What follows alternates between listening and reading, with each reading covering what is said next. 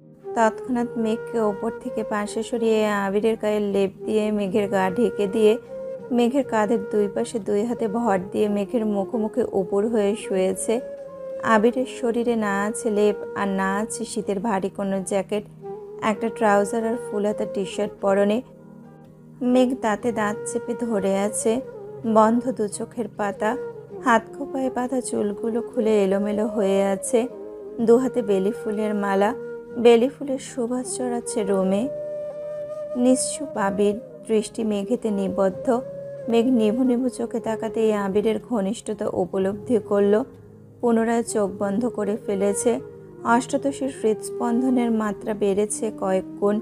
বেলি ফুলের সুবাসের সঙ্গে আবির ভাইয়ের শরীর থেকে আসা তীব্র ঝাঁঝালো গন্ধে মাতোয়ারা হয়ে যাচ্ছে। আবির ভাইয়েরা তো কাছাকাছি আসায় মেঘের শরীরের রক্ত সঞ্চালন বেড়ে যাচ্ছে। অজানা শিহরণ বইছে শরীরে। আবিরের আঁখে যুগলে ঘুম লেপটে আছে। শান্তিময় ঘুমের দেশে নিমগ্ন ছিল আবির, কিন্তু অষ্টাদশীর অনাদেয় কর্মকাণ্ড আবিরের গভীর ঘুমের ব্যাঘাত ঘটিয়েছে। আবির ঘুমো ঘুমো চোখে মেঘকে দেখছে। মেঘ কয়েকবার ঢোক গিলে ভয়ে ভয়ে চোখ মেলল। চোখাচোখি হলো আবিরের সঙ্গে। লেপের ভেতরে মেঘের শরীর ঘামতে শুরু করেছে। বুকের ভেতর প্রবল ঝড় বইছে। মেঘ চোখ নামিয়ে বলতে চেষ্টা করলো, আমার আবির এক হাতে শরীরের সম্পূর্ণ ভর ফেলে অন্য হাতে আঙুল দিয়ে মেঘের ঠোঁট স্পর্শ করলো। অমনি মেঘ পাথর বনে গেল। আবিরের দৃষ্টি স্পর্শ কোনো কিছুই আজ স্বাভাবিক নয়। অষ্টাদশীর মস্তিষ্ক জুড়ে চিন্তাটা ঘুরপাক খাচ্ছে। কি হতে চলেছে তার সাথে? একদিকে আবির ভাইয়ের কাছে ধরা পড়ার ভয়, অন্যদিকে আবির ভাইয়ের এত কাছে আসা। প্রচণ্ড অস্বস্তিতে ভুগছে মেঘ। দীর্ঘকালীন নীরবতা ভেঙে আবির ঘুমো ঘুমো কণ্ঠে বলল, নিষেধ অমান্য করার শাস্তি তবে দিতেই হচ্ছে। মেঘ বিপুল চোখে তাকিয়েছে। শরীরের কম্পন তীব্র থেকেও তীব্রতর হচ্ছে। ভয়ে নাক ঘামছে। আবির ঠোঁটের উপর থেকে আঙুল সরিয়ে মেঘের নাকের ঘাম মুছে পুনরায় কাঁধের পাশে হাত রাখলো। মেঘের গলা ভার হয়ে আসছে, কথা আটকে যাচ্ছে। জোরপূর্বক বলল, সরি। এসব সরি টরিতে আবিরের মন গলানো সম্ভব না। আগেই সাবধান করেছিলাম, অঘটন ঘটলে আমি দায়ী না। এরপরও কথা মানিসনি, ধ্বংসের দ্বার প্রান্তে এসেছিস। মেঘ ভয়ে ভয়ে বলল। প্লিজ ছাড়ুন। আবির ভ্রু কুঁচকে বলল, ধরি তো নেই, ছাড়বো কেমন করে? সরুন, আমি যাব। এত সহজে তো ছাড়ছি না ম্যাম। আপনি অপরাধ করেছেন, শাস্তি আপনাকে পেতেই হবে। মেঘ চোখ বন্ধ করে ফেলেছে। আজ তার সঙ্গে কি হতে চলেছে সে নিজেও জানে না। এদিকে আবির দু হাতে ভর রেখে অষ্টাদশীর মুখোমুখি এগিয়ে যাচ্ছে। দুজোড়া ওষ্ঠের মাঝে শুধু কয়েক সেন্টিমিটারের ব্যবধান। মেঘের চোখ বন্ধ, ক্রমাগত কাঁপছে ওষ্ঠদয়। তখনই আবিরের ফোনের রিংটোন বেজে উঠল। রিংটোনের শব্দে আবির মেঘের কাছ থেকে সরে শোয়া থেকে উঠে বসলো। মেঘের এলোমেলো চুলের নিচে আবিরের ফোন। মেঘ মাথা তুলে হাত বাড়িয়ে ফোনটা হাতে নিয়ে স্ক্রিনে তাকাতেই দেখলো মালা নামে সেভ করা নাম্বার থেকে কল আসছে। ফোন এগিয়ে দিল আবিরের দিকে। মেঘের লজ্জায় লালিত মুখমণ্ডল মুহূর্তেই বদলে গেছে। ক্রোধে চোখ দুটি জ্বলছে। মালা নাম দেখে আবির সাইলেন্ট করে ফোন পাশে রেখে দিয়েছে। মালা আপু রাত বিরেতে আবির ভাইকে কল করে, এটা মেঘ সহ্যই করতে পারছে না। গা থেকে লেপ সরিয়ে বিছানা থেকে নামতেই আবির আলতোভাবে মেঘের হাত ধরে, কিন্তু মেঘ রাগে এক ঝটকায় আবিরের হাত ছাড়িয়ে গজগজ করতে করতে রুম থেকে বের হয়ে যাচ্ছে। আবির তপ্ত স্বরে বলল, শাস্তিটা তোলা রইল, পরের বার ছাড় দিব না। মেঘ রাগে আবিরের দিকে তাকিয়েছে। দরজাটা ঠাস করে লাগিয়ে রুম থেকে চলে গেছে। মালা আপু আবির ভাইকে পছন্দ করে, হয়তো আবির ভাই পছন্দ করেন না। মিমের বলা ঘটনা যদি সত্যি হয়, তবে মালা আপুর হাতে আশিক নাম আবির ভাইই লিখিয়েছেন, আর সেই কাজ মেঘের জন্যই করেছেন। মেঘ সবই বুঝতে পারছে, কিন্তু এত রাতে মালা আপুর কল দেওয়া সে মেনে নিতে পারছে না। আজ মেঘ দেখেছে বিধায় রাগ করছে। সবসময় তো সে দেখে না, তবে কি প্রতিদিনই মালা আপুর সঙ্গে আবির ভাইয়ের কথা হয়? মেঘের রাগ বেড়েই চলেছে। মালা আপুর থেকেও আবির ভাইয়ের প্রতি বেশি রাগ হচ্ছে। কেটে গেল কিছুদিন। মেঘ ইদানিং আবিরকে ইগনোর করে চলে। আবির ভাইকে দেখলে মালা আপুর কথা মনে হয় আর রাগে ফুঁসতে থাকে। আজ সভাপতি নির্বাচন। সভাপতি নির্বাচনের সময় বেশিরভাগ ক্ষেত্রে জনপ্রিয়তাকে প্রাধান্য দেওয়া হয়।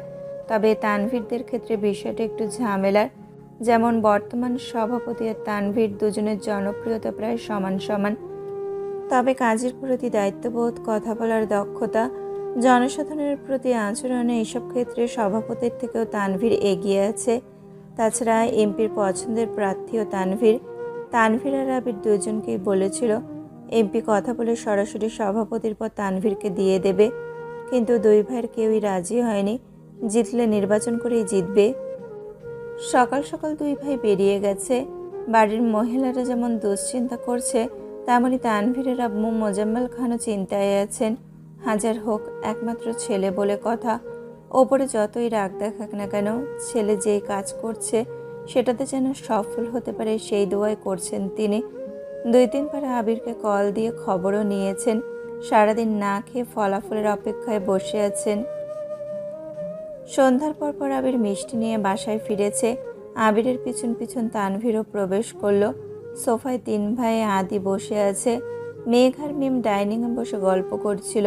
আবির ঢুকতেই ইকবাল খান শুধুলেন, খবর কি? আবির হাসি মুখে বলল, আলহামদুলিল্লাহ। 3 ভাই একজোটে বললেন। আলহামদুলিল্লাহ। মেঘ আর মিম দুইজনেই ছুটে এসে তানভীরকে প্রশ্ন করে। ইটসো। তানভীর হেসে উপর নিচ মাথা নাড়ে। কংগ্রাচুলেশনস ভাইয়া। থ্যাংক ইউ বনু। আজ থেকে তোর নতুন পরিচয়, তুই জেলা ছাত্রলীগের সভাপতির বোন। মিম গাল ফুলিয়ে প্রশ্ন করল, আর আমি? তোকে কি আলাদা করে বলতে হবে? আচ্ছা ঠিক আছে, তুইও সভাপতির বোন। মিম আস্তে করে বলে, ট্রিট দিবা না? অবশ্যই দিব। আম্মু, বড় আম্মু, কাকিয়া সবাই তানভীরকে অভিনন্দন জানাচ্ছে। তানভীর ভয়ে আছে কখন জানি আব্বু বা বড় আব্বু লেকচার দেওয়া শুরু করেন। আবির মায়ের হাতে মিষ্টির বক্সগুলো দিয়ে সবাইকে মিষ্টি দিতে বলল। তানভীর সিঁড়ি পর্যন্ত যেতেই মোজাম্মেল খান ভারী কণ্ঠে বললেন, মিষ্টি ভাবি কেন দিবে? তানভীরের উচিত সবাইকে মিষ্টি মুখ করানো। তানভীর আঁতকে ওঠে। আব্বু তোকে মিষ্টি খাওয়াতে বলছে, ভাবা যায়? তানভীর হাসি মুখে মিষ্টির বক্সগুলো থেকে একটা বক্স হাতে নিয়ে বড় আব্বু, আব্বু, কাকামণি, বড় আম্মু, আম্মু, কাকিয়া, আবির, মেঘ, মিম আদি সবাইকে নিজের হাতে মিষ্টি খাইয়ে দিয়েছে। সেই সঙ্গে বড় আব্বু আর আব্বুর সঙ্গেও বেশ কিছুক্ষণ কথা বলেছে। তানভীর ভেবেছিল রাজনীতির জন্য তাকে নিজের বাড়িতে সবসময় চোরের মতো চলতে হবে, অথচ আব্বু, বড় আব্বু এত সুন্দরভাবে সাপোর্ট দিচ্ছে যে সে অভিভূত হয়ে যাচ্ছে। মেঘ রুমে গিয়ে তানভীরের সঙ্গে একটা ছবি খুঁজে বের করে ফেসবুকে অভিনন্দন পোস্ট করেছে। সেই পোস্টে মেঘের সব বান্ধবীরা লাইক কমেন্টস করেছে। বন্যাও কংগ্রাচুলেশনস লিখে কমেন্ট করেছে। পরক্ষণে মনে হলো তানভীর ভাইকে কল দেওয়া উচিত, কিন্তু সাহস পাচ্ছে না। কি না কি মনে করে এসব ভেবে অবশেষে কল করলো। প্রথমবারে রিসিভ হলো না, দ্বিতীয়বার রিসিভ হলো। আসসালামু আলাইকুম। ওয়ালাইকুম আসসালাম। হঠাৎ কি মনে করে কল দিলে? তানভীর ঠাট্টার স্বরে বলল, বাবা, তুমি আমি অভিনন্দন জানাবে তো তা তো কল্পনা করতে পারছি না। না মানে মনে হলো জানানো উচিত। যাক বাবা, মনে তো হয়েছে। Thank you so much. এখন রাখি। শোনো, জি বলুন। আগামীকাল ফ্রি আছো? কেন? ছোটখাটো একটা ট্রিট দিতাম। শুধু শুধু ট্রিট দেওয়ার কোনো প্রয়োজন নেই। শোনো মেয়ে, ট্রিট দিয়ে কখনো প্রয়োজন আওতার পড়ে না, এটা যার যার ইচ্ছে থেকে আসে। বিকেলে কল দিব, রেডি থাকো। শোনেন, আমি কিন্তু একা যাব না। তো কাকে নিয়ে আসবো? ট্রিট দিলে মেঘ আর আমাকে একসঙ্গে দিতে হবে, আমি একা যাব না। ঠিক আছে, তোমাদের ক্লাস শেষ হওয়ার আগে আমি ভার্সিটির সামনে থাকবো। আচ্ছা, আল্লাহ হাফিজ। আল্লাহ হাফেজ। কল কেটে বন্যা মেঘকে কল দিয়ে সব কিছু জানিয়েছে। মেঘ আর বন্যা দুইজনেই আজ সকাল সকাল বেরিয়েছে। তানভীরের জন্য গিফট কিনবে, সেটা রাতেই প্ল্যান করে রেখেছিল। দুইজনে ঘুরে ফিরে গিফট কিনে তারপর ভার্সিটিতে এসেছে। ততক্ষণে সাদিয়া, মিষ্টি, মিনহাজ, তামিম চলে আসছে। দু একটা কথা বলে মেঘ আর বন্যা ক্লাসে চলে গেছে। মিনহাজ আর তামিম দুজন বাহিরে দাঁড়িয়ে আছে। মিনহাজের মেঘকে সেই প্রথম দিন থেকে পছন্দ হলেও তামিম বন্যার ওপর ওই রকমভাবে ক্রাশ খায়নি। তবে মিনহাজ আর তামিম সর্বক্ষণ একসাথে থাকায় দুই বন্ধু কথা বলতে বলতে একসময় কথা ওঠে বন্যার বিষয়ে। মিনহাজ আর তামিম যেমন বেস্ট ফ্রেন্ড, মেঘ আর বন্যাও তেমন বেস্ট ফ্রেন্ড। মিনহাজ যেহেতু মেঘকে পছন্দ করে, তাদের সম্পর্ক হলে, সেই সাথে বন্যা আর তামিমের জুটি হলে তাদের বেশ মানাবে এইসব ভেবেই মূলত বন্যার প্রতি কিছুটা সিরিয়াস হয়েছে। এখন মিনাজ তামিমকে বোঝাচ্ছে যেন বন্যাকে আজকেই প্রপোজ করে। মেঘ যেহেতু আবিরকে পছন্দ করে তাই মেঘকে হুট করে প্রপোজ করতে গেলে কখনোই মানবে না, বরং বন্ধুত্ব ভেঙে যেতে পারে। তবে বন্যার এখনো পর্যন্ত কারোর প্রতি কিছুই শোনেনি, তাই মিনাজ তামিমকে এক প্রকার জোর করছে যেন বন্যাকে প্রপোজ করে। ক্লাস শেষ হওয়া মাত্রই বন্যা আর মেঘ গল্প করতে করতে বেরিয়ে পড়েছে। তামিমও তাদের সঙ্গে হাঁটছে। একসময় তামিম বন্যাকে ডাকলো, দুইজনেই থেমে গেল। বন্যা স্বাভাবিক কণ্ঠে জিজ্ঞেস করলো, কিছু বলবি? হ্যাঁ, বল। দেখ বন্যা, আমি এত ঘুরিয়ে পেঁচিয়ে কথা বলতে পারি না। তোর সঙ্গে প্রায় অনেক দিনের বন্ধুত্ব। তুই মেঘ দুজনেই খুব ভালো আর আন্তরিক। তবে ইদানিং আমার তোর প্রতি অন্যরকম অনুভূতি কাজ করছে, সেটা বন্ধুত্বেরও থেকেও বেশি কিছু। তুই যদি রাজি থাকিস তাহলে বন্ধুত্বের সম্পর্কের পাশাপাশি আমরা ভালোবাসার সম্পর্কে জড়াতে পারি। মেঘ হাঁ হয়ে তাকিয়ে আছে। প্রথমবারের মতো কেউ বন্যাকে প্রপোজ করেছে দেখে মেঘ খুব মজা নিচ্ছে। কোচিং চলাকালীন বন্যা বলেছিল প্রেম করলে ভার্সিটিতে উঠে করবে। ভার্সিটিতে এটাই প্রথম প্রপোজাল। বন্যা কিছুক্ষণ নীরব থেকে স্বাভাবিক ভঙ্গিতেই বলতে শুরু করলো, তোর মনে অনুভূতি জেগেছে তা আমায় জানিয়েছিস, কিন্তু আমার মনে তোর প্রতি কোনো রকম অনুভূতি নেই। আমি এখন কোনো রকম সম্পর্কে জড়াতে চাই না, আর সমবয়সী কোনো ছেলের সাথে তো নয়। তোকে বন্ধু ভেবেছি, সবসময় তাই ভাববো। এর বেশি কিছু ভাবা আমার পক্ষে সম্ভব না। সরি।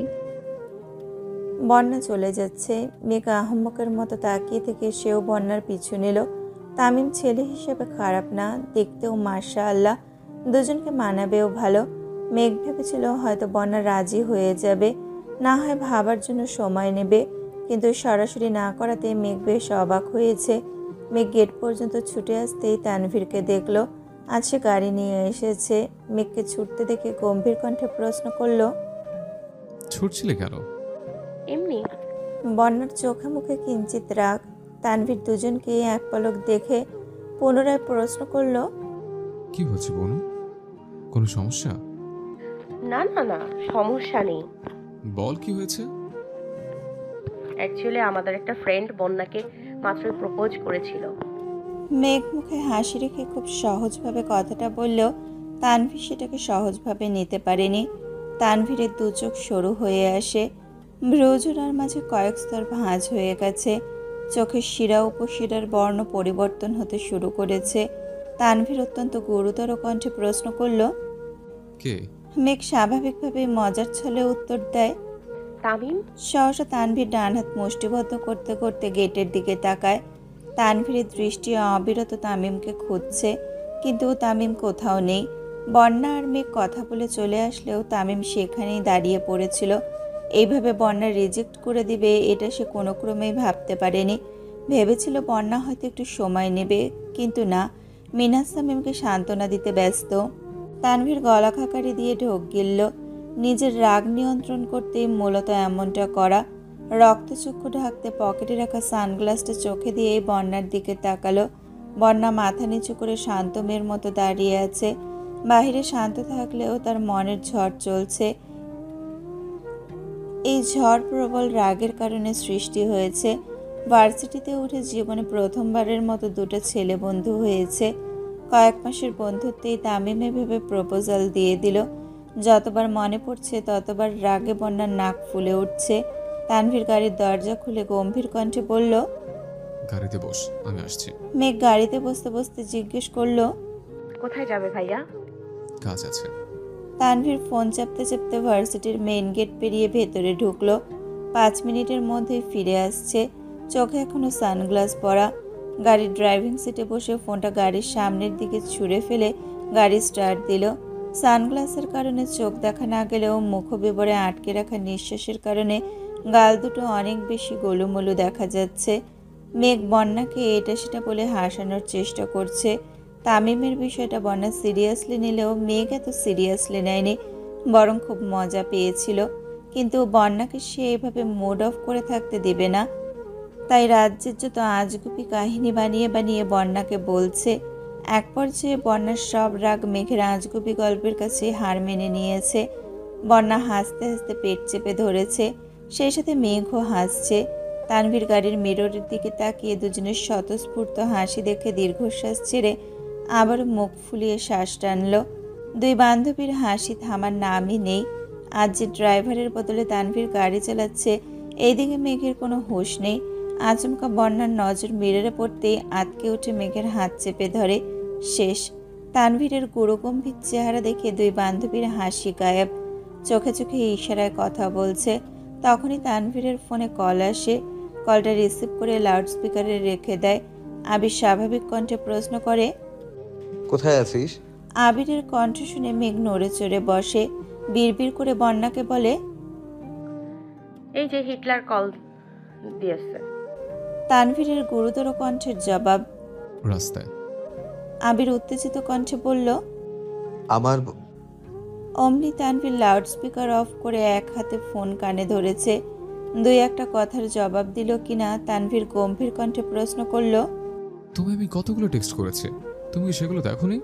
আবিরের উত্তর শোনা গেল না। তানভীর কিছুটা রাগান্বিত কণ্ঠে বলল, সেগুলো দেখে দ্রুত রিপ্লাই করো, রাখছে। বন্যা আর মেঘ দুইজনেই মুখ চাওয়াচাই করলো। কারো মুখে কোনো কথা নেই। কিছুক্ষণের মধ্যে তারা একটা রেস্টুরেন্টে ঢুকলো। মেঘদের বসিয়ে তানভীর সোজা ফ্রেশ হতে চলে গেছে। চোখে মুখে পানি দিয়ে টিস্যু দিয়ে হাত মুখ মুছতে মুছতে ওদের বিপরীতে বসে। সে ভার্সিটির সামনে সানগ্লাস পরেছিল, সেটা সবেমাত্র খুলেছে। মেঘ খাবারের কথা বলতে গিয়ে তানভীরের দিকে তাকাতেই ভয় পেয়ে যায়। করুণ স্বরে আর্তনাদ করে ওঠে। ভাইয়া, তোমার চোখ এত লাল কেন? মেঘের আর্তনাদে বন্যাও সেদিকে তাকায়। চোখাচোখি হয় দুজনের। তানভীরের চোখের প্রতিটা শিরা উপশিরা রক্তাভ হয়ে আছে। তা দেখে বন্যাও ভয় পেয়ে গেছে। দৃষ্টি সরিয়ে নিয়েছে বন্যা। তানভীরও অন্যদিকে তাকিয়েছে, কিন্তু মেঘ অনর্গল প্রশ্ন করেই যাচ্ছে। তোমার চোখে কি কিছু পড়েছে? তুমি কি অসুস্থ? কিছু হয়েছে? রাগ উঠছে? কোনো বিষয় নিয়ে আপসেট? বনের অবিরাম প্রশ্নের উত্তরে তানভীর শুধু বলল, চোখে মুখে পানি দিয়েছে, হয়তো তার জন্য। মেঘ সূক্ষ্ম দৃষ্টিতে দেখার চেষ্টা করছে। ভ্রুযুগল কুঁচকে আছে। সে আবিরের রাগান্বিত চোখও দেখেছে, কিন্তু এতটা ভয়ানক নয়। মেঘ পুনরায় বলল, পানি দিলে চোখ এত লাল হয়? আমায় ব্যাককল পাইছ? ভালো করে তাকাও তো দেখি। তানভীর টেবিল থেকে সানগ্লাস নিয়ে পুনরায় চোখে দিয়ে ভারী কণ্ঠে বলল, হয়েছে, এত ডাক্তারি করতে হবে না।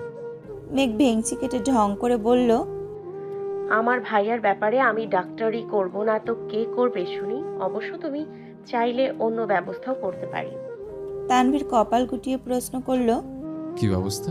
আব্বুকে বলে একটা ডাক্তার ভাবে বাসায় নিয়ে আসবো। তখন আর আমার ডাক্তারি করতে হবে না। চোখ লাল কেন, হাত কাটা কেন, মাথা ধরা কেন, এই সব কিছু চিকিৎসা ভাবেই করবে। তানভীর ফোন রিসিভ করে উঠতে উঠতে বলল, হ্যাঁ, ডাক্তার মেয়ের বাপেরা তো আমার মেয়েদের জন্য বসে আছে। পাকামি বাদ দিয়ে খাবার শেষ কর। তানভীর কথা বলতে বলতে উঠে গেছে। বন্যা মেঘের দিকে তাকিয়ে ফিক করে হেসে উঠল। এতক্ষণ যাবত অনেক কষ্টে সে হাসি আটকে রেখেছিল। বন্যার হাসি দেখে মেঘ প্রশ্ন করল, হাসছিস কেন? তোদের কথা শুনে আমি কল্পনায় তোর ভাই আর ভাবিকে নিয়ে ভাবছিলাম। তোর ভাইয়ের যেই রাগ আর তেজ, কোনো মহিষীর কপাল যে পড়বে, কোন মহিষীর কপাল যে পড়বে আল্লাহ ভালো জানেন। ভাবি কাল সন্ধ্যা হাসপাতালে ভর্তি থাকবে। মেঘ গাল ফুলিয়ে শ্বাস ছেড়ে বলল, তোরে বলছে আমার ভাই যতটা রাগী তার থেকে কয়েক গুণ বেশি কেয়ারিং। শুধু রাগী আর উগ্র মেজাজ হলে আমার মায়ের খেয়ে সারা বছর হাসপাতালে ভর্তি থাকতে হতো, অথচ আমার ভাই আজ পর্যন্ত আমায় একটা থাপ্পড় পর্যন্ত দেয়নি। বন্যা ঠাট্টার স্বরে বলল, আমি বিশ্বাস করি না, সত্যি করে বল কয়দিন মার খাইছিস? সত্যি বলছি, একদিনও না। এর মধ্যে তানভীর চলে আসছে। ভারী কণ্ঠে বলল, খেতে বসে এত কথা কি? মেঘ পাস্তার প্লেট তানভীরের দিকে এগিয়ে দিয়েছে। তানভীর খাবে না। মেঘদের খাওয়া শেষ করতে করতে কম করেও 4-5 বার ফোনে কথা বলার জন্য উঠে গিয়েছে। যতবার এসে বসেছে ততবার মেঘ এটা সেটা সেধেছে, কিন্তু তানভীর কিছুই নিচ্ছে না। অবশেষে মেঘ আর বন্যার জোড়াজুড়িতে তানভীর একটা ড্রিঙ্কস নিয়েছে। কালো রঙের গ্লাস ভেদ করে তানভীর এক দৃষ্টিতে তাকিয়ে আছে বন্যার লালিত মুখমণ্ডলে। মেয়েটা আহামরি সুন্দরী নয়, তবে তার চোখের দিকে তাকালে মনে হয় উপচে পড়ছে তীব্র মায়া। ছোট থেকেই মেয়েটাকে দেখছে তানভীর, কিন্তু কখনো ওইভাবে চোখ মুখ খেয়াল করেনি। তবে ইদানিং মেয়েটার প্রতি অন্যরকম টান কাজ করে। রাত বিরেতে হঠাৎই তাকে দেখার স্বাদ জাগে। দেখা হলেও ঠিকমতো তাকাতে পারে না। চোখাচোখি হলে মেয়েটা লজ্জায় নুয়ে যায়। মেয়েটার অস্বস্তি দেখে তানভীরও আর তাকাতে পারে না। সামনে থাকলে তাকাতে পারে না ঠিকই, কিন্তু চোখের আড়াল হলে বুকের ভেতর ছটফটানি শুরু হয়ে যায়, যে ছটফটানির বলে ব্যাখ্যা করা সম্ভব নয়। আজ মেঘ সাথে থাকায় বন্যা মেঘের সঙ্গে কথা বলায় ব্যস্ত। এই সুযোগে তানভীর মুগ্ধ আঁখিতে বন্যাকে দেখেই যাচ্ছে। আচমকা তানভীরের দুই ঠোঁটের এক কোণ কিঞ্চিত প্রশস্ত হয়। ফোন হাতে নিয়ে ফেসবুক টাইমলাইনে একটা পোস্ট করে, তুমি আমার ক্ষয়িষ্ণু হৃদয়ের মায়াময়ী প্রশান্তি। ওদের খাওয়া শেষ অনেকক্ষণ হলো। মেঘ কয়েকবার তানভীরকে চলে যাওয়ার কথা বলেছে, কিন্তু তানভীর তার কথা কানেই তুলছে না। বন্যার বাসা থেকে কল আসছে। কথা শেষ করে বন্যা চেয়ার থেকে উঠতে উঠতে বলল, আমি আসছি মেঘ, বাসায় যেতে হবে। মেঘ ঘাড় কাত করে সম্মতি দিলেও তানভীর হুঙ্কার দিয়ে ওঠে, এই মেয়ে, কোন সাহসে উঠে যাচ্ছ? বসো বলছে। বন্যার সম্পূর্ণ দেহ একসাথে কম্পিত হয়। সেই সাথে হৃদস্পন্দন থেমে গেছে কয়েক সেকেন্ডের জন্য। ধপ করে চেয়ারে বসে পড়েছে। নিঃশব্দে শ্বাস ছাড়ল। এমনভাবে সে কখনোই কারোর ধমক খায়নি। ভয় কলিজা পর্যন্ত ঠান্ডা হয়ে গেছে। বন্যার সাথে মেঘও কিছুটা ভয় পেয়েছে। দুজোড়া চোখ অসহায়ের মতো তানভীরের দিকে তাকিয়ে আছে। তানভীর কপাল কুঁচকে বিরক্তির স্বরে বলল, আমি যখন নিয়ে আসছি বাসা পর্যন্ত আমিই দিয়ে আসবো। বন্যা কণ্ঠস্বর খাদে নামিয়ে বলল, এমার্জেন্সি বাসায় যাওয়া প্রয়োজন। কেন? বাসায় যাওয়ার তো তারা কিসের? নানু অসুস্থ, দেখতে যেতে হবে। ও আচ্ছা, চলো তাহলে। আমি একা।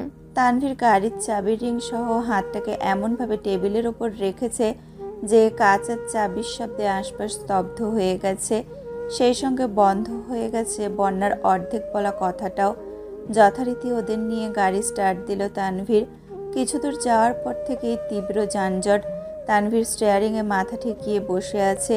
তামিমের ঘটনা মাথা থেকে কোনোভাবেই সরাতে পারছে না। খানিক বাদে বাদে রক্ত টকবক করে উঠছে। রাগ কন্ট্রোল করতে পারছে না, আর সেই রাগের প্রভাব পড়ছে মেঘ আর বন্যার ওপর। যানজট পেরিয়ে বন্যাকে বাসা পর্যন্ত এগিয়ে দিল। তারপর মেঘকে নিয়ে বাসায় আসছে। বাসায় ঢুকে এক গ্লাস পানি খেয়ে ফ্রিজ থেকে বরফের টুকরো বের করে মাথায় দিতে দিতে বেরিয়ে পড়েছে। হালিমা খান, আকলিমা খান এতবার ডাকলেন, কত প্রশ্ন করলেন, কিন্তু তানভীর নিরুত্তর বেরিয়ে গেছে। ঘণ্টাখানেকের মধ্যেই তানভীর আবিরের অফিসে আসছে। আশেপাশে না তাকিয়ে সরাসরি আবিরের কেবিনে হাজির হলো। চোখে সানগ্লাসটা খুলে টেবিলের ওপর ছুঁড়ে ফেলে। আবির দীর্ঘ মনোযোগ দিয়ে ল্যাপটপে কাজ করছিল।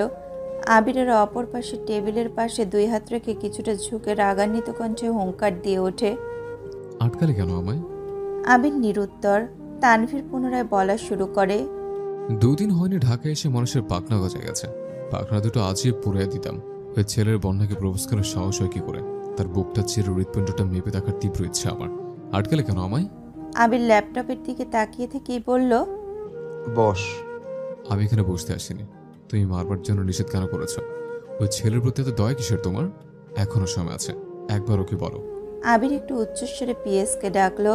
পিএস আসতেই স্বাভাবিক কণ্ঠে বলল, একটা কোল্ড কফি দিতে বলো, সাথে কিছু নাস্তা আনানোর ব্যবস্থা করো। জি ভাইয়া। আবির পুনরায় ডাকলো, শোনো, অন্য কাউকে না পাঠিয়ে বরং কষ্ট করে তুমিই যাও। নাস্তার সাথে ভালো দেখে একটা ফুলের মালা নিয়ে এসো। আর হ্যাঁ, অবশ্যই সেটা যেন তাজা ফুলের মালা হয়। জেলা ছাত্রলীগের সভাপতি আমার অফিসে আসছে। কাগজ ফুলের মালা দিলে তো মান সম্মান থাকবে না। জি ভাইয়া। বলে পিএস চলে গেছে। তানভীর অগ্নিদৃষ্টিতে আবিরের দিকে তাকিয়ে আছে। পিএস বের হতেই তানভীর রাগান্বিত কণ্ঠে চিৎকার চেঁচামেচি শুরু করেছে। আবির সেসবে পাত্তা না দিয়ে ল্যাপটপে কাজ করছে আর মিটিমিটি হাসছে। তাদের দুই ভাইয়ের দুই রকম সমস্যা। আবিরের রাগ যখন কন্ট্রোলের বাইরে চলে যায় তখন তার হাত পা স্থির থাকে না। কোনো ছেলের ওপর রাগ উঠলে সেই ছেলেকে হাসপাতালে পাঠিয়ে তবেই শান্ত হয়।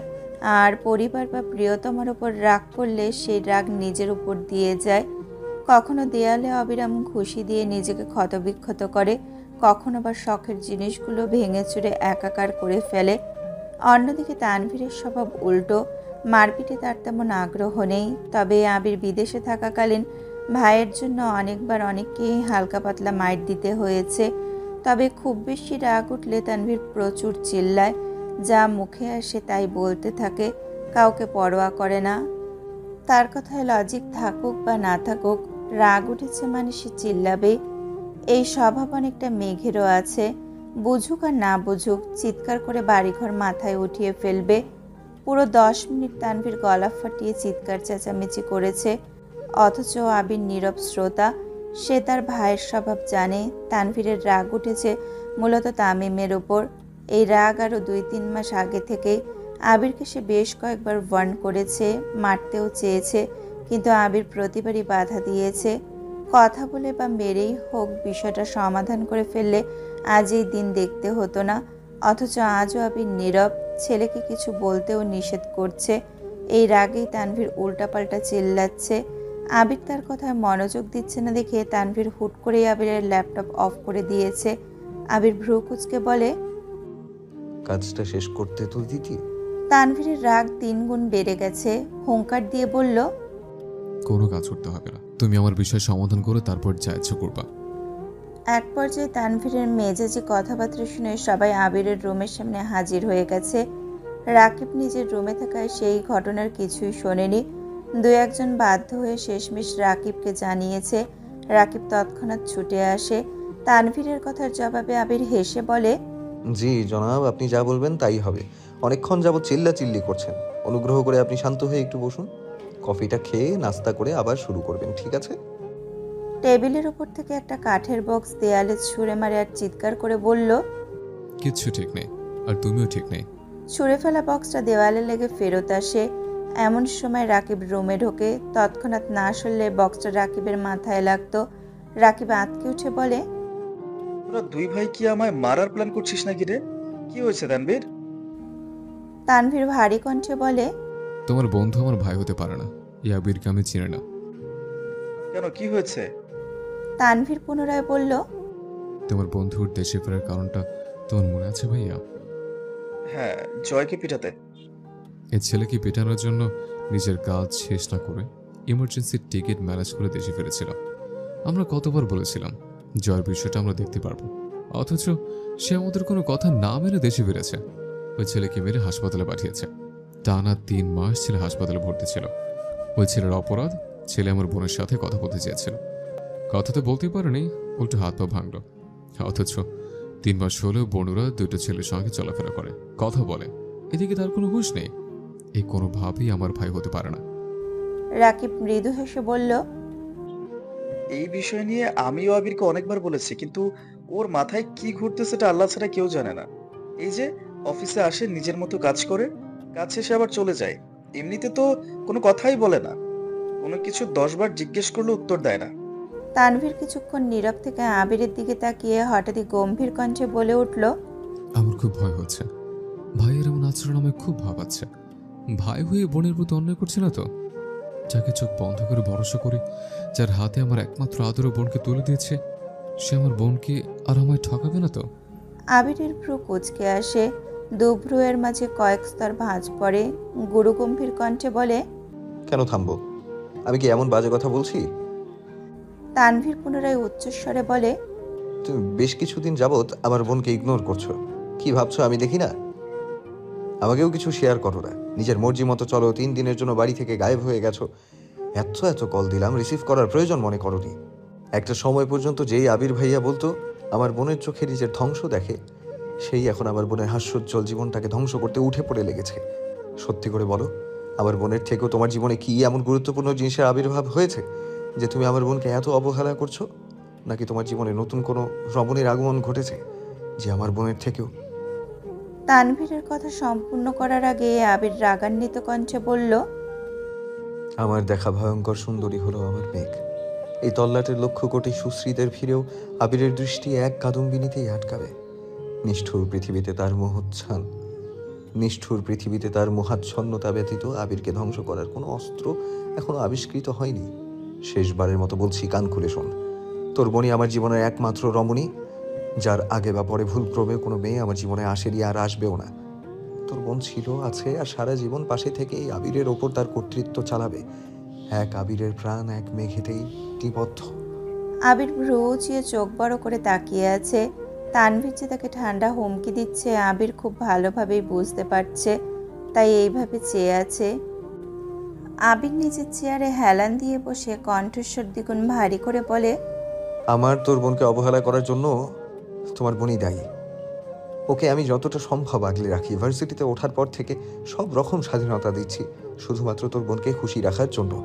ড্রাইভার আঙ্কেল প্রায় 1 ঘন্টা 30 মিনিট 20 মিনিট তোর বোনের জন্য গাড়ি নিয়ে অপেক্ষা করে। তোর বোন বন্ধু বান্ধবীদের সাথে আড্ডা দেয়, খাওয়া দাওয়া করে। আঙ্কেল ডাকতে গেলে ওর মন খারাপ হবে, তাই আঙ্কেলকে বলেছি যতক্ষণই সময় লাগুক না কেন উনি যেন অপেক্ষা করেন। আমার সামর্থ্যের সবটুকু দিয়ে চেষ্টা করি যেন তোর বোন হাসি খুশি থাকে। তোর বোনের অবহেলা দেখে তোর কষ্ট হচ্ছে, অথচ তোর বোন যখন আমাকে অবহেলা করে তখন আমার খারাপ লাগে না? যেখানে তোর বোনের ঠোঁটে হাসি না থাকলে আমার বুকে চিনচিন ব্যথা শুরু হয়ে যায়। যার হাসিতে আবির বাঁচে তার হাসি না দেখে আবির বাঁচবে কেমন করে? মাইশা আপুর বিয়ের সময় তুই না করা সত্ত্বেও আমি জোর করে ওকে নিয়ে এসেছিলাম যাতে মালা তোর বোনের মাথায় আজে বাজে কথা ঢুকাতে না পারে। ভার্সিটির ক্লাস শেষে আমার জন্য ওয়েট করতে বলেছিলাম। তোর বোনের হাতের মেহেদি নষ্ট করেছি, মন খারাপ করেছিল। ভাবলাম মেহেদি মোছার বিষয়টা ওকে বুঝিয়ে বলবো, অথচ তোর বোনের অপেক্ষা করার ধৈর্য হয়নি। বন্ধুদের সাথে খেতে চলে গেছে। যাও ভেবেছিলাম ওকে বুঝাবো, ওর আচরণের কথা বলতে ইচ্ছে হয়নি।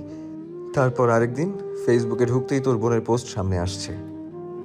সেখানে তামিম আর মিনহাজের উল্টাপাল্টা কমেন্ট দেখে আমার পায়ের রক্ত মাথায় উঠে গেছে। স্বাধীনতা দিয়েছি বলে ওই ছেলেগুলোকে ফ্রেন্ড লিস্টে অ্যাড করে ফেলবে? একবার ভাবার প্রয়োজন বোধ করেনি। ওই দিন বাসায় যাওয়ার পর তোর বোন কি যেন বলতে এসেছিল, আমি এক প্রকার রাগেই কথা বলছিলাম, এটা তোর বোন রেগে গেছে। তারপর রাতে তোদের বাপ ছেলের কথোপকথন শুনে আমার মেজাজ আরও খারাপ হয়েছিল। তোর বাপ যেভাবে মেয়ের শ্বশুর বাড়ির সুখের কথা বলছিলেন তা সহ্য করতে পারিনি, তাই চলে আসছিলাম। 5 দিন থাকলে কাজ মোটামুটি গোছাতে পারতাম। নতুন বছর শুরু হচ্ছে, ভেবেছিলাম 12টায় তোর বোনকে কল দিয়ে একটু কথা বলে নিব, কিন্তু 10টার দিকে দেখি তোর বোন অনেকগুলো কল দিয়েছে। কল ব্যাক করতেই শুনি কান্না করছে। কিসের কাজ কিসের কি সব ফেলে বাসায় গেছি।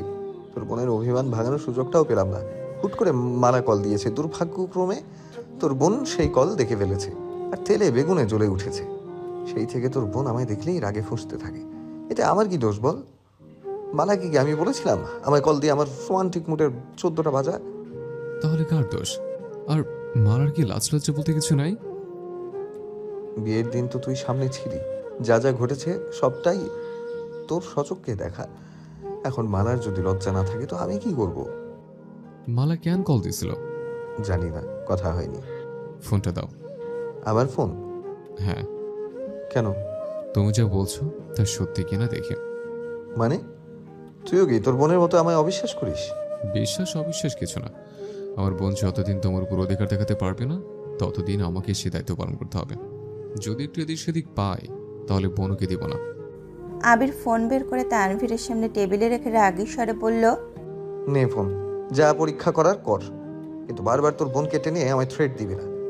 তোর বোন আমার মানে আমারই, বেশি করলে ওরে কিডন্যাপ করে বিয়ে করে ফেলবো।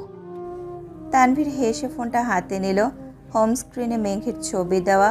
তানভীর আবিরের দিকে তাকিয়ে মুচকি হাসলো।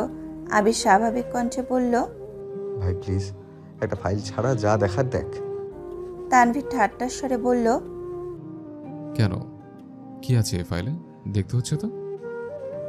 তোর বোন আর আমার ছবি আছে, যা দেখে আয়। ছবি দেখে লজ্জায় পড়লে আমি দায়ী না। তানভীর 1 মিনিটেই ফোন আবিরের দিকে এগিয়ে দিয়ে বলল, বোনের সাথে কথা বলো। আবির ফোনের স্ক্রিনে তাকাতেই নাম ভেসে উঠেছে হৃদয় হরণী। কয়েক সেকেন্ড হয়ে গেছে কল রিসিভ হয়েছে। আবির কল কানে ধরতে ধরতে তানভীরের দিকে তাকিয়ে কপাল কুঁচকালো। এভাবে মেঘকে কল দেওয়ায় খুব অস্বস্তিতে পড়ে গেছে সে। ফোন কানে ধরে খুব স্বাভাবিক কণ্ঠে আবির প্রশ্ন করল, কি করছিস? মেঘের রাগান্বিত কণ্ঠের জবাব, ঘাস কাটি। মানে? শুয়ে আছি। খেয়েছিস? ভাইয়া ট্রিট দিয়েছে, জানেন না? জানি। তাহলে জিজ্ঞেস করছেন কেন? এমনি। কল দিয়েছেন কেন? দিতে পারি না? অবশ্যই পারেন, কিন্তু আমায় কল দিতে হবে না। রাখছি, ঘুমাবো। মেঘ কল কেটে দিয়েছে। আবির তানভীরের দিকে তাকিয়ে রাগী স্বরে বলল, দেখছিস, এই জন্যই কথা বলি না। ওই যে ছেলেদের সাথে মিশছে ঘুরছে সেদিকে সমস্যা নেই, আমায় কেন মালা কল দিয়েছে এই জিদে এখনও এমন করছে। এই হলো মেয়ে জাতি। নিজের বেলা 16 আনাই লাগবে, অন্যের বেলায় দুনিয়া ভেসে যাক। তানভীর আর রাকিব দুজনেই সশব্দে হাসছে। দুই ভাইয়ের কথোপকথনে রাকিব এতক্ষণ নীরব দর্শক ছিল। দুই ভাই রাগারাগি করবে, একটু পরেই মিলে যাবে, এটা অনেক পুরনো ঘটনা। অনেকক্ষণ আগে কফি আর নাস্তা নিয়ে আসছে। মালাটাও রাকিবকে দিয়ে গিয়েছিল, কিন্তু ওদের কথা কাটাকাটি দেখে রাকিব ফুলের মালাটা পাশেই রেখে দিয়েছিল। তানভীরের মেজাজ এখন অনেকটাই শান্ত, সে আপন মনে কফি খাচ্ছে। আবির মৃদু হেসে প্রশ্ন করলো, তুই এখানে কেন আসছিলি বলতো? তামিমকে মারতে দেয়নি তার জন্য, অথচ 1 ঘন্টা যাবত তোর বোনকে নিয়ে ঝগড়া করছিস। এখন তুই ভাব তোর রাগ কেমন। লজিক থাকুক আর না থাকুক, রাগ উঠছে মানে চিল্লাতেই হবে। তানভীর ভারী কণ্ঠে পুনরায় হুঙ্কার দিল, তুমি অনুমতি দিলে এখনই ছেলেকে মাটিতে পুঁতে রেখে আসবো। তাতে কি লাভ হবে শুনি?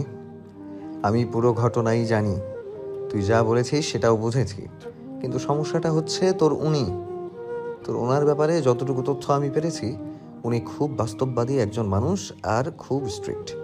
তোর বোন যদি ঠিক আছে, তবে আমি তাকে সামলানোর ক্ষমতা রাখি, কিন্তু তোর যা অবস্থা, রাগ উঠলে লজিক বেলজিক যেভাবে একাকার করে ফেলিস, থাক আর কিছু বললাম না। এখন মূল ঘটনায় আসি। তোর ওনাকে তামিম প্রপোজ করেছে।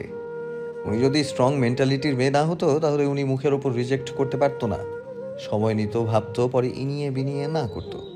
এখন এই ঝামেলাবিহীন ঘটনায় তুই গিয়ে হুট করে ওই ছেলেটাকে পেটালি। এতে আর কিছু হোক বা না হোক, বন্যার সামনে তোর ইমেজটা নষ্ট হবে। তুই রাজনীতি করিস, এটা অলরেডি একটা নেগেটিভ ইস্যু। এখন এভাবে মারপিট করলে অবশ্যই বন্যার গানে কথাটা যাবে, তোর প্রতি তার নেগেটিভ চিন্তা ভাবনা আরও বেড়ে যাবে। এখন তো কথা বলে, পরে দেখবি তোকে দেখলেও কথা বলবে না। তখন প্রপোজ করতে গেলে জীবনেও অ্যাকসেপ্ট করবে না, বরং সম্পর্ক আরও নষ্ট হবে। আমি চাই না তুই একই ধাক্কা দুবার খাস। প্রথমবার তোর ভুল ছিল না, তবুও কষ্টটা তুই বেশি পেয়েছিস। এত বছর পর নতুন করে কারোর প্রতি ইমোশন এসেছে, ইমোশনটা ধরে রাখিস। ভুল রাস্তায় পা বাড়ানোর আগে অন্তত পক্ষে 10 বার ভাবিস। আর ওই ছেলে যদি বাড়াবাড়ি করতে আসে, তখন বিষয়টা আমি দেখব। তবুও তুই কিছু করিস না প্লিজ। তুই যেমন তোর বোনের খুশি দেখতে চাস, তেমনি আমিও তোদের দুজনের খুশি দেখতে চাই। ভুলে যাস না, আমরা সবাই এক মায়ার বাঁধনে আবদ্ধ। আমার কিছু হলে যেমন তুই কষ্ট পাবি, তেমন তোর কিছু হলে তোর বোন কষ্ট পাবে, আর তোর বোনের কিছু হলে আমি শেষ হয়ে যাব। প্লিজ ভাইয়া, এভাবে বলো না। কারোর কিচ্ছু হবে না ইনশাল্লাহ।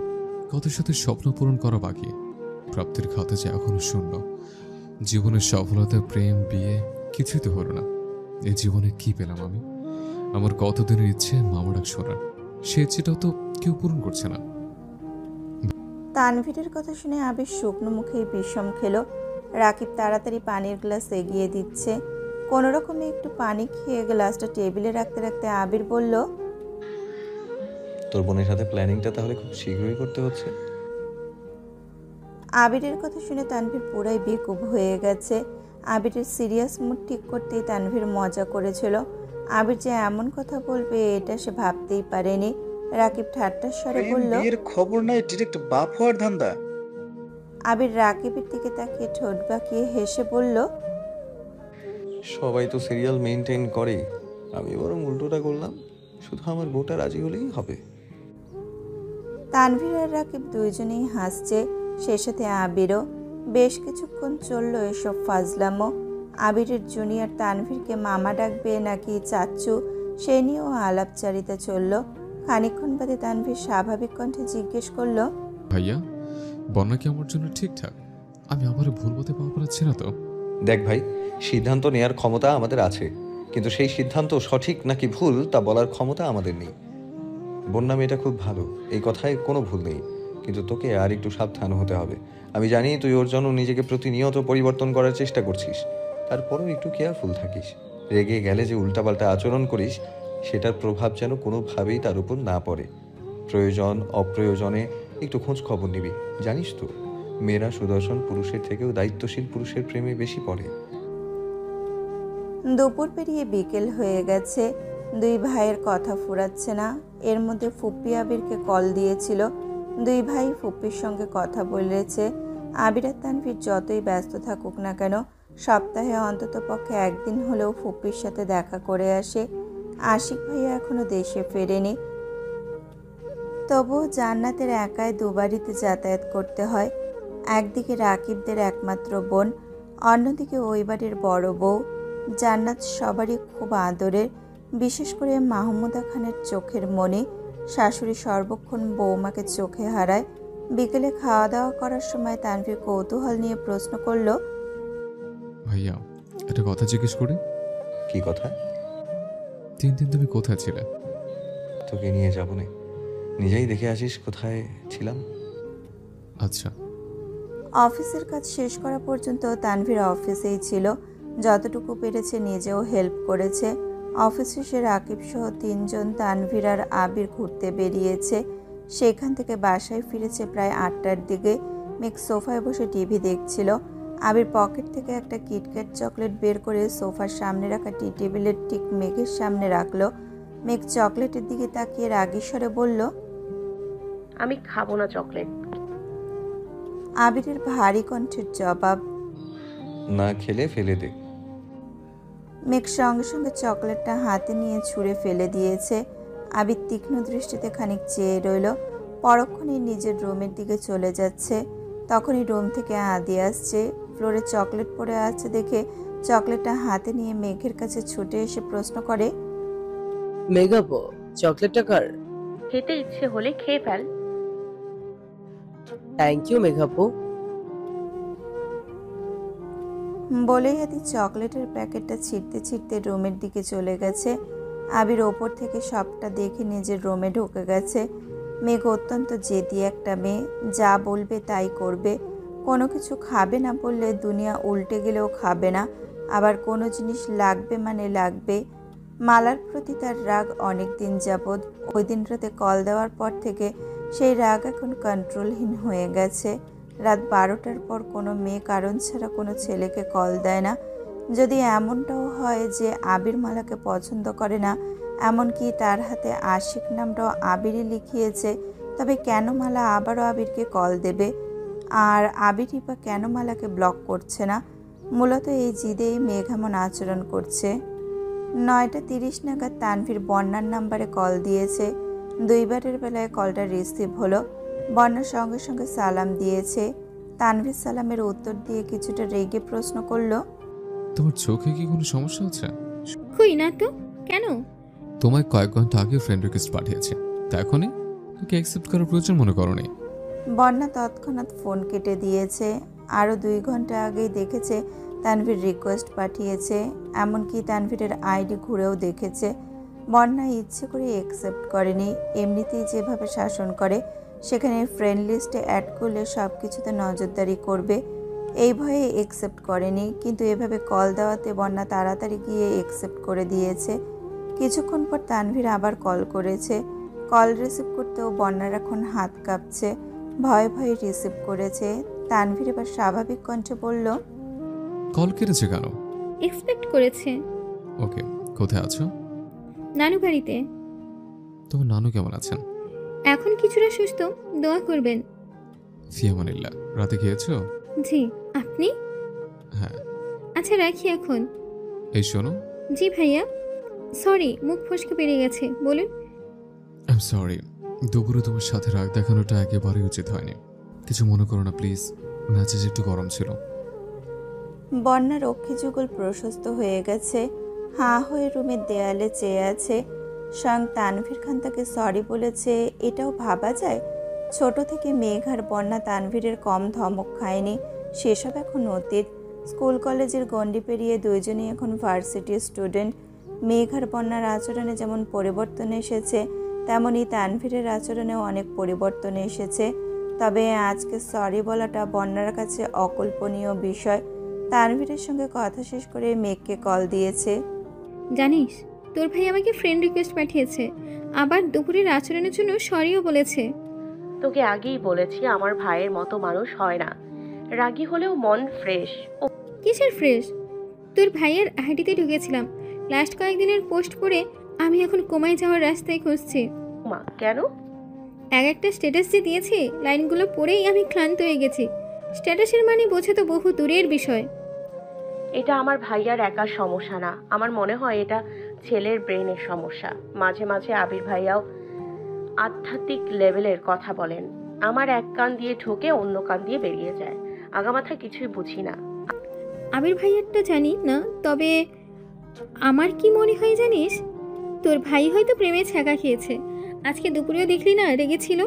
কতবার ফোনে কথা বলতে উঠে উঠে গেছে। বিশ্বাস না করলে তুই নিজেই ওনার স্ট্যাটাসগুলো দেখিস। মেঘের হাসি মুখে অন্ধকার চেয়ে গেছে, খুব চিন্তায় পড়ে গেছে মেয়েটা। বন্যা পুনরায় বলল, আমার আসতে কয়েকদিন দেরি হবে, তুই সাবধানে থাকিস আর ক্লাসগুলো ঠিক মতো করিস। মেঘ আচ্ছা বলে কল কেটে দিয়েছে।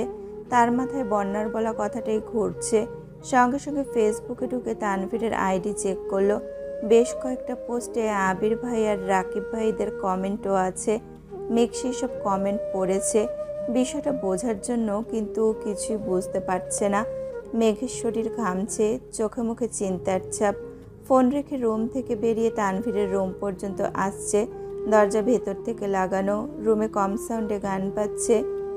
একাকী মন আজ নীরবে, বিবাকি তোমার অনুভবে, ফেরারি প্রেম খোঁজে ঠিকানা, আকাশে মেঘ মানে বোঝ কিনা।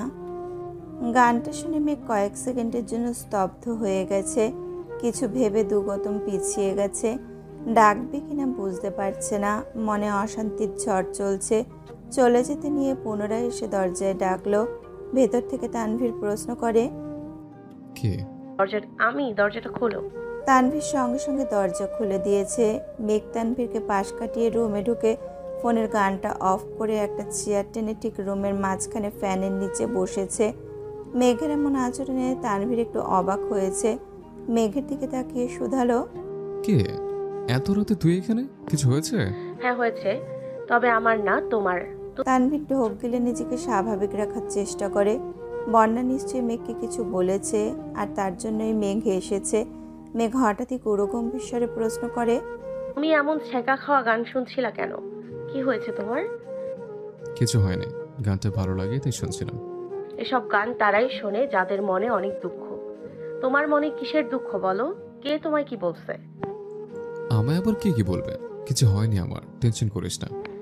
টেনশন তো করতেই হবে। দুপুর থেকে তোমার মধ্যে অস্বাভাবিকতা লক্ষ্য করছি। বাই এনি চান্স তোমার কি তার সঙ্গে কোথাও দেখা হচ্ছে? কার সঙ্গে? তোমার অতীত, যার জন্য তুমি এখনো এসব গান শুনছো। মাথা নষ্ট হয়েছে তোর? আমি কাউকে মিস করে সব গান শুনছি না, আর কারোর সঙ্গে আমার দেখাও হয়নি। তুই অযথা চিন্তা করছিস। তোমার অতীত, যার জন্য তুমি এখনো এসব গান শুনতেছো। সত্যি বলছো নাকি আমাকে বোকা বানাচ্ছ তা আমি জানি না, কিন্তু আর কোনোদিন তোমায় যেন ছ্যাঁকা খাওয়া গান শুনতে না দেখি। যদি আমার কথা না মানো তবে আব্বু, বড় আব্বু সবাইকে বিচার দিব। আচ্ছা ঠিক আছে, তুই যা বলবি তাই হবে। এখন আজেবাজে চিন্তা বাদ দে। শুধু শুধু চিন্তা করে চেহারাটাকে বেতনের মতো করেছিস। ঘুমা গিয়ে। উঠে যেতে নেবে হঠাৎই মেঘ থমকে দাঁড়িয়ে শক্ত কণ্ঠে বলা শুরু করলো, ভাইয়া শোনো, কোনোদিন যদি ভুলক্রমেও ওই মেয়ের সঙ্গে তোমার দেখা হয়ে যায়, চোখ বন্ধ করে একটা থাপ্পড় মারবা। তুমি না পারলে আমায় বইলো, আমি দিবনে। প্রয়োজনে আমার 15-20টা বান্ধবী নিয়ে যাব। সবাই একটা করে থাপ্পড় দিলে ওই মেয়ে শেষ। আর শোনো, থাপ্পড় কিন্তু একগালেই দিবা, তাহলে ওই মেয়ের আর জীবনে বিয়ে হবে না। মেঘের কথা শুনে তানভীর নিঃশব্দে হাসছে, কিন্তু মেঘের চোখ রাগে জ্বলছে। আচমকা দরজা থেকে আবির বলে ওঠে, আলী আহমদ খান, মোজাম্মেল খান এখন কোথায়? ওনাদের আদরের মেয়ের এই রূপ কি তারা দেখেন না? তাদের মতে আবির গুন্ডা আর মেঘ একমাত্র লক্ষ্মী, তাই না? আমিও ভিডিও করে রেখেছি।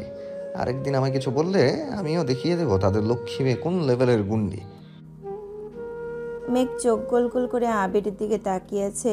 আবির মিটিমিটি হাসছে। মেঘ চোখ গোল গোল করে আবিরের দিকে তাকিয়ে আছে। আবির মিটিমিটি হাসছে। মেঘ গাল ফুলিয়ে শ্বাস ছেড়ে রাগী স্বরে বলল, ডিলিট করেন ভিডিও, ডিলিট আগে এক কাপ কফি করে নিয়ে আয়, তারপর ভেবে দেখবো। করুন ভিডিও। আমি কফি করতে পারি না। মেঘ মনে মনে বিড়বিড় করে বলল, আমি কেন কফি করব? রাত 12টার পরে যার সাথে কথা বলেন তাকে বলতে পারেন না? আবির কোমল কণ্ঠে বলে, পারি না বললে কিভাবে হবে? শিখতে হবে তো। আমি শিখিয়ে দিচ্ছি, বানিয়ে নিয়ে আয়। মেঘের ইচ্ছে না থাকা সত্ত্বেও কফি বানাতে যাচ্ছে। আবির পুনরায় ডেকে উঠল, সাবধান, হাত পুড়াইয়েন না আবার। আবির তানভীরের সাথে 2 মিনিট কথা বলে দ্রুত নিচে আসছে। মেঘ ততক্ষণে গ্যাসে পানি গরম দিয়েছে মাত্র। আবির রান্নাঘরে এসে শান্ত কণ্ঠে বলল, যা আমি করতেছি। আপনি যদি করবেন তবে আমায় পাঠিয়েছিলেন কেন? তোর কিছু বললে তো ভয় লাগে, যদি হাত পা পুড়িয়ে ফেলিস তাহলে তো জীবনের জন্য আমার কফি খাওয়া বন্ধ হয়ে যাবে। এখন ভিডিওটা ডিলিট করুন। ভিডিও করিনি, ডিলিট কি করব? মানে আপনি আমার সাথে ফাজলামো করছেন? জি ম্যাম। মেঘ রাগে আবিরের মুখের পানে চেয়ে আছে। আবির মুচকি হেসে শুধালো। রাগ করছেন? মেঘ রাগে ফুঁসছে। আবির পুনরায় বলল, রাগটা কি একটু কমানো যায় না? মেঘের রাগ দ্বিগুণ বেড়ে গেছে। রাগে গজগজ করতে করতে বলল, আমার রাগে কার কি যায় আসে? আবির নরম স্বরে বলল, সরি। মেঘ বেঞ্চি কেটে চলে যেতে নিলে আবির ডেকে বলে, কাল বিকেলে রেডি থাকিস, একটা জায়গায় নিয়ে যাব। আমি যাব না। কেন? আমার কোথাও যাওয়ার মুড নেই, তাও আবার আপনার সাথে। ঠিক আছে, আবার সাথে না গেলে তানভীরের সঙ্গে যাস। কারোর সাথেই যাব না। না গেলে কিন্তু স্পেশাল কিছু মিস করবি। মিস যদি না করতে চাস তাহলে কালকের জন্য রাগটা পাশের বাড়িতে রেখে তানভীরের সঙ্গে চলে যাস। আমি যাব না মানে যাবই না। মেঘ রাগে কটমট করতে করতে চলে যাচ্ছে। আবির পেছন থেকে আবারও ডেকে বলে, ভেবে দেখিস রাগটা পাশের বাড়িতে রাখা যায় কিনা। মেঘ আর পেছনে ফিরে তাকায়নি। বিড়বিড় করে বকতে বকতে রুমে চলে গেছে। সকাল থেকে আবির আর তানভীর বাসায় নেই। অফিস 3 দিনের ছুটি, কিন্তু 2 ভাই ভোরবেলা না খেয়েই বেরিয়ে পড়েছে। তানভীর ঠিক 2টার সময় বাসায় ফিরেছে। 1 কি 1.5 ঘন্টা মেঘকে বুঝিয়েছে, রিকোয়েস্ট করেছে রেডি হওয়ার জন্য, কিন্তু যেদিনে যাবে না মানে যাবেই না। আবিরের প্রতি ক্ষোভই কমছে না তার। আবির ভাইকে দেখলে একটু আধটু প্রেমানুভূতি জাগলেও তানভীরের কথা মনে পড়তেই সব ভুলে যায়। তানভীর ভাইয়ের মতো তার জীবনটাও না এমন হয়।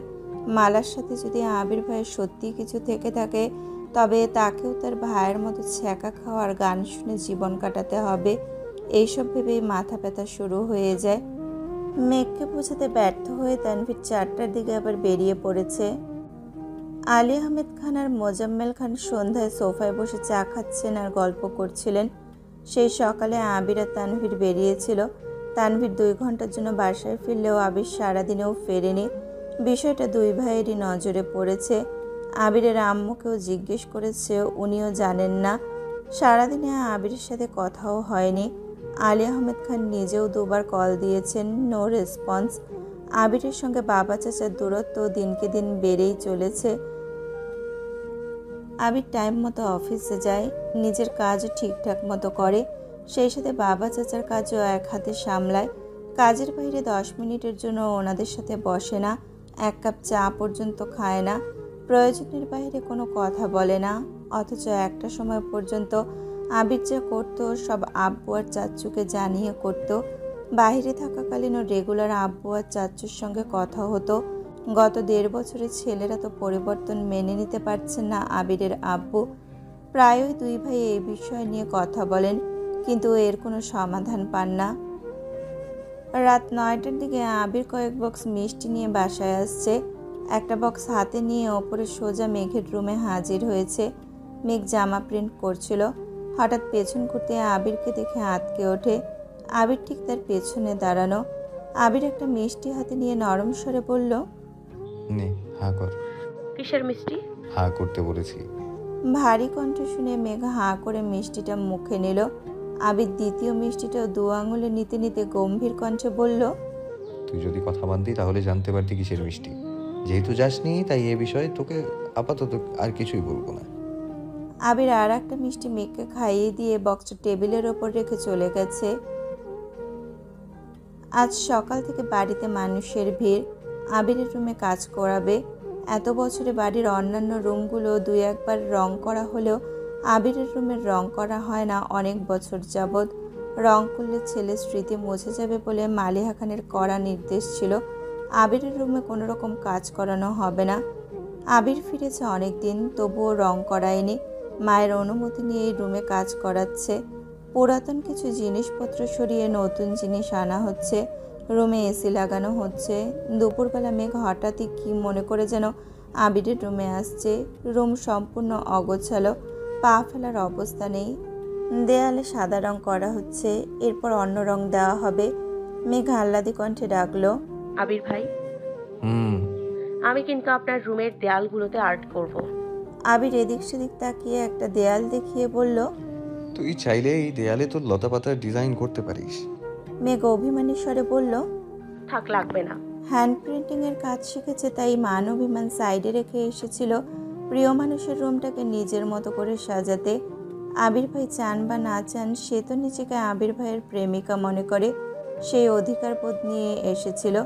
কিন্তু আবির একটা দেওয়ালে রং করার অনুমতি দেওয়ায় তার বড্ড অভিমান হয়েছে। আবির বিরক্তিকর কণ্ঠে বলল, রং না করলে বলছিস কেন? আর আসছিস কেন আমার রুমে? আমি ডেকে এনেছিলাম তোকে? যা এখান থেকে। আগামী 7 দিন তোর আমার রুমে আসা সম্পূর্ণ নিষেধ। যদি ভুলেও আমার রুমে আসার চেষ্টা করিস তাহলে তোর খবর আছে। রুমে কয়েকজন মিলে রং করছিল। সবার সামনে এভাবে কথা বলায় মেঘ খুব অপমানিত হয়েছে। কাঁদতে কাঁদতে বলে, আপনার রুমে আসছি বলে কি মহাভারত অশুদ্ধ হয়ে গেছে? হ্যাঁ হয়েছে, একদম কাঁদবি না, যা এখান থেকে। মেঘ কাঁদতে কাঁদতে বেরিয়ে যেতে নিলে কিসের সঙ্গে হোঁচট খেয়ে পড়তে নিলে নিজেকে সামলাতে এক হাতে দরজায় আর এক হাত সদ্য রং করা দেওয়ালে রেখে কোনো রকমে পড়ে যাওয়ার হাত থেকে বেঁচেছে। স্বাভাবিক হয়ে মেঘ পেছনে ফিরে তাকিয়েছে। আবির যেন দেখেও না দেখার ভান করে আছে। একটা জলজ্যান্ত মানুষ পড়ে যেতে নিচ্ছিল, অথচ তার ধরার কোনো চেষ্টা নেই। ঠিক আছে কিনা জিজ্ঞেস করারও কোনো প্রয়োজন বোধ করছে না। এমন আবির ভাইকে মেঘ কখনো চায়নি। আবির ভাইয়ের অ্যাটিটিউডের চেয়েও বেশি ওনার যত্নের প্রেমে পড়েছিল মেঘ। সেই মানুষটা তো পরিবর্তন হয়ে গেছে ভেবেই মেঘ অবাক হয়ে যাচ্ছে। মাথা নিচু করে রুম থেকে বেরিয়ে গেছে। 5 মিনিটের মধ্যে রুমে সাদা রং করা শেষ হয়ে গেছে। কয়েকজনের মধ্যে একজনের নজর পড়ে দরজার পাশের দেওয়ালের দিকে। মেঘের হাতের চাপে দেওয়ালে স্পষ্ট ছাপ পড়ে গেছে। ছেলেটা রং নিয়ে এগিয়ে আসতে আসতে বলে, রংটা দেখা যায় নষ্ট হয়ে গেছে, সমস্যা নাই, এখনই ঠিক করে দিচ্ছে। আবির গম্ভীর গলায় বলে, সাবধান, এই ছাপের উপর যেন রং না পড়ে। ভাই, এইভাবে রাগ দেখানো ঠিক না। আপনার বোনের হাত বোধহয় ভুলে দেওয়ালে লেগে গেছে, এখনো ভেজা আছে। রং দিয়ে দিলেই ঠিক হয়ে যাবে, কিছু বোঝা যাবে না। আবির মুচকি হেসে বলে, এই ছাপ ভুল করে হয়নি, আমি ইচ্ছে করেই করিয়েছি। এই রুমটা যার, তার স্মৃতি তো রাখতেই হবে। মেঘ যাওয়ার জন্য পা বাড়াতে যাবে এমন সময় আবির পা বাড়িয়ে দিয়েছিল। আর আবিরের পায়ের সঙ্গে হোঁচট খেয়ে মেঘ পড়তে নিয়েছিল। ছেলেটা দাঁত কেলিয়ে হেসে বলে, ভাই, উনি কি আপনার ভালোবাসার মানুষ? হ্যাঁ। তাহলে এত রাগ দেখালেন যে? কারণ আছে। তুমি কাজ করো, আর হ্যাঁ, ও যেন কোনোভাবেই রুমে না আসে, খেয়াল রেখো। আচ্ছা ভাই। 2 দিন হয়ে গেছে আবিরের রুমে রং করা হয়েছে। মেঘ অনিচ্ছা সত্ত্বেও ছাদে যাওয়ার সময় আবিরের রুমের দিকে তাকিয়েছে। আবির বাসায় থাকলেও সবসময় দরজা বন্ধ থাকে, আর বাসায় না থাকলে রুমে তালা দেওয়া থাকে। রুমে তালা দেওয়া দেখে মেঘের মেজাজ আরও বেশি খারাপ হয়। সন্ধ্যার দিকে মেঘ ড্রয়িং রুমে বসে বসে মা কাকিয়াদের সঙ্গে আড্ডা দিচ্ছিল। মেঘ অকস্মাৎ বলে উঠল, বড় আম্মু, তুমি কি জানো তোমার ছেলে যে অবৈধ কাজ করে? মানে কি বলছিস কি? হ্যাঁ, তা না হলে বাড়ির মধ্যে এত মানুষ থাকা সত্ত্বেও ওনার রুমে তালা দিয়ে রাখতে হয় কেন? হ্যাঁ, বিশ্বাস না করলে উনি বাসায় না থাকলে দেখে আসো। আচমকা মাথায় গাঁটটা খাওয়ায় মেঘ উফ বলে পেছন দিকে তাকাতেই দেখে আবির দাঁতে দাঁত চেপে দাঁড়িয়ে আছে। কণ্ঠস্বর দ্বিগুণ ভারী করে বলে, রুমে তালা দিয়ে রাখছি বলে কি আমি অবৈধ ব্যবসা করি? এ কেমন লজিক? আচ্ছা, আমি কি অবৈধ কাজ করি বলতো? না বলতে পারলে তোর একদিন কি আমার একদিন। মেঘ মাথায় হাত ঘষতে ঘষতে বলল, আপনার ব্যবসা আপনিই ভালো জানেন। মেঘ উঠতে নিলে আবির ধমক দিয়ে বলে, সব বিষয় নিয়ে ফাজলামি করবি না। তোদের যন্ত্রণায় রুমে তালা দিয়ে রেখেছিলাম। আমার রুমে অনেক গুরুত্বপূর্ণ কাগজপত্র আছে, যার মধ্যে একটা কাগজ হারালে সেটাকে খুঁজে বের করা জীবনেও সম্ভব না। সেগুলো যেন নষ্ট না করতে পারিস তার জন্য তালা দিয়ে রেখেছি। মেঘ মাথা নিচু করে চেয়ারে বসে আছে। ইদানিং আবির ভাইয়ের সাথে ঝামেলা একটু বেশি হচ্ছে। মজা করে কিছু বললেও আবির ভাই কেমন যেন সিরিয়াস হয়ে যায়। আবির এক কাপ কফি হাতে নিয়ে সোফায় গিয়ে বসেছে। ল্যাপটপে কাজ করছিল। মেঘ কিছুক্ষণ বসে থেকে রুমে চলে যাচ্ছে।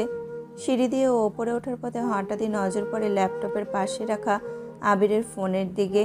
ফোনের একটার পর একটা কল আসছে। আবিরের সেদিকে কোনো নজর নেই, মনোযোগ দিয়ে কাজ করছে আর কফি খাচ্ছে।